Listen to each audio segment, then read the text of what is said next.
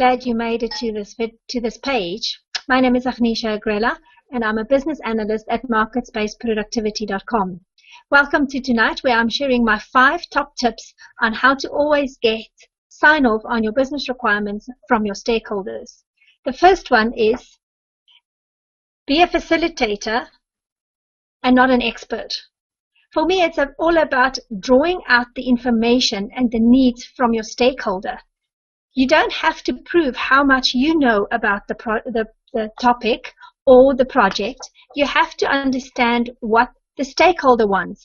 Ask a lot of questions and really understand, and you'll use your innocence of not knowing what is the project about or what the stakeholder wants to actually draw out and give your stakeholders the interest in the topic, and that way they will give you more.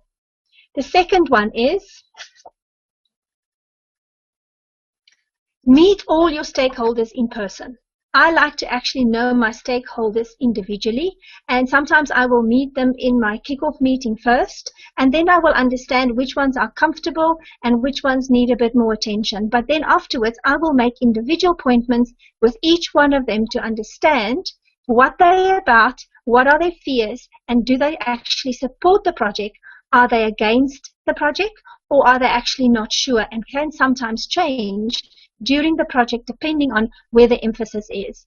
I want their buy-in. I don't want them to get defensive, and I don't want them to think that the project is threatening either their position or their power or authority in the organization. So from that perspective, I like to actually meet them individually and understand where they're coming from, and also give them the comfort that I will be looking after their needs.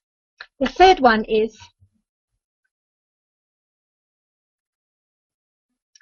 understand the impact that the project will have on each stakeholder.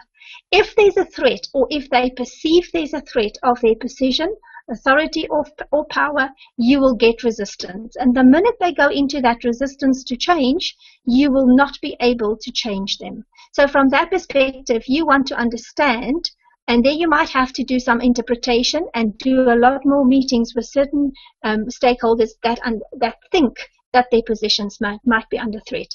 Remember, it's not here about the facts. When people go into the resistance of change, it's not factual at all. There's no logic involved when people resist change. It's emotional, and it's all about threatening their position, their authority, and their power. So you have to draw on all your soft skills to really get into their world and understand why they feel or perceive it as a threat.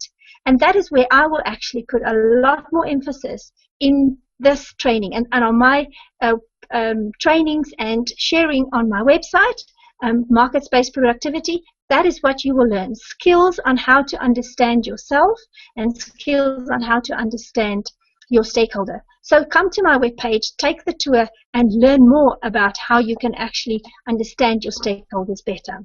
Number 4,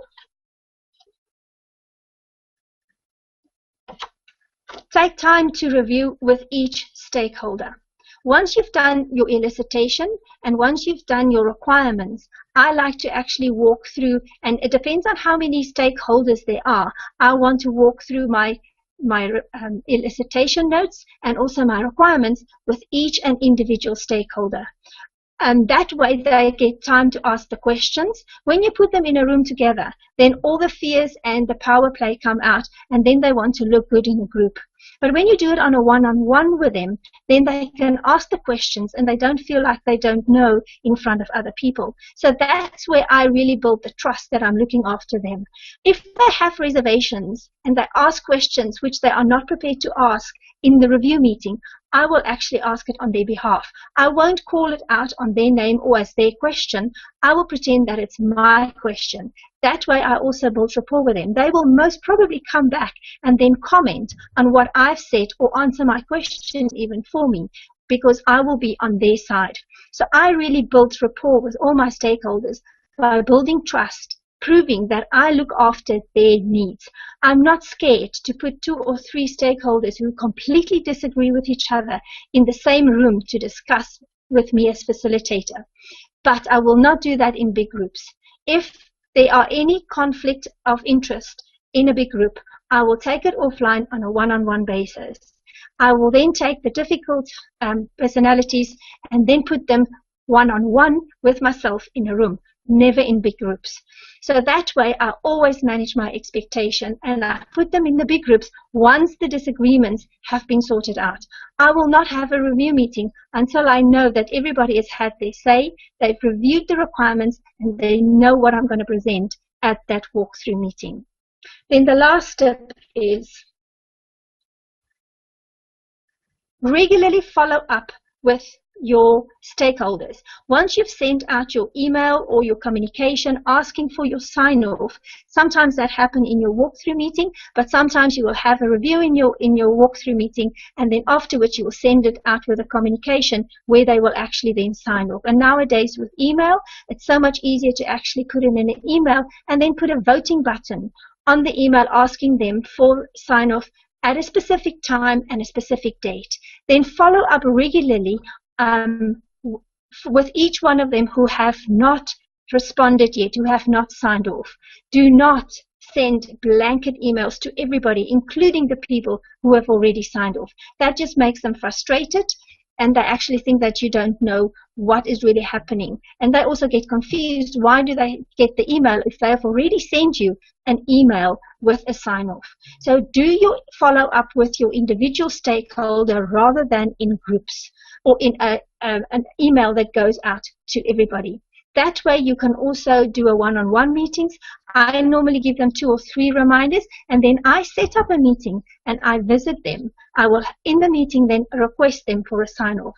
And then sometimes I still find that there's questions that they want to ask, they're not clear, and if they're still not ready and they want to have conversations with other stakeholders, then I will set up a meeting. So I do all the work.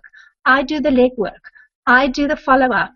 I really contact them, make sure that they're comfortable, and regularly also ask them in a nice way, what is the resistance to the sign-off?